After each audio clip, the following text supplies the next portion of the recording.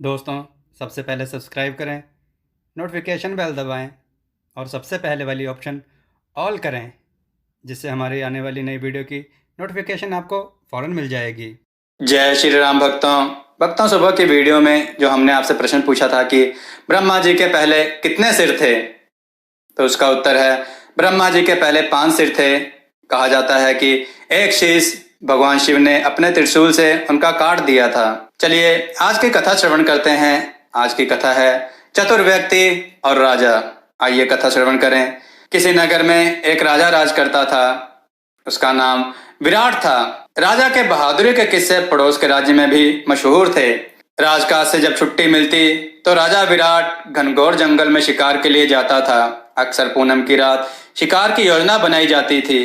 खूंखार जंगली जानवरों के शिकार के लिए नदी, झरने आदि पानी के स्रोतों के नजदीक के पेड़ों पर मचान बनाए जाते थे।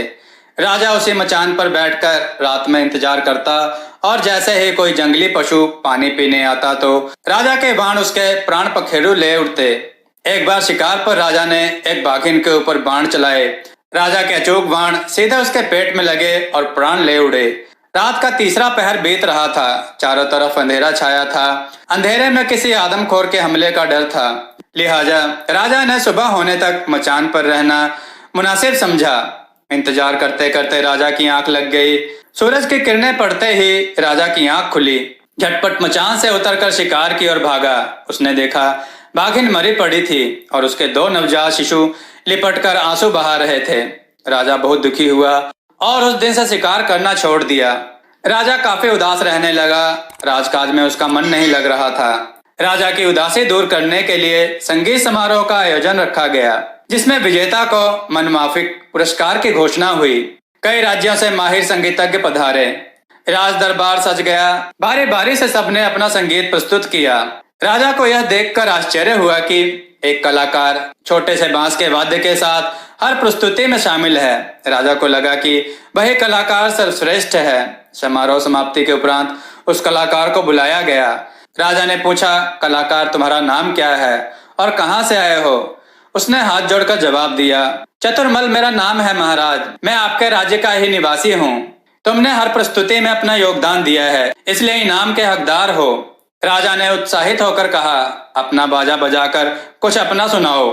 चतुरमल नतमस्तक हो गया। हुजूर, गुस्ताखी माफ हो। यह शामिल बाजा है। इसकी ध्वनि बाकी वाद्य यंत्रों से मिलकर निखरती है। अकेले बजाने में आवाज समझ नहीं आती। चतुरमल की चतुराई समझ में राजा को आ गई। राजा जोर जोर से हंसने लगा। पूरा राज दरबार ठहाकों से गूंज उठा। राजा ने चतुरमल से पूछा, बोलो क्या इनाम चाहिए? आपकी कृपा हुजूर।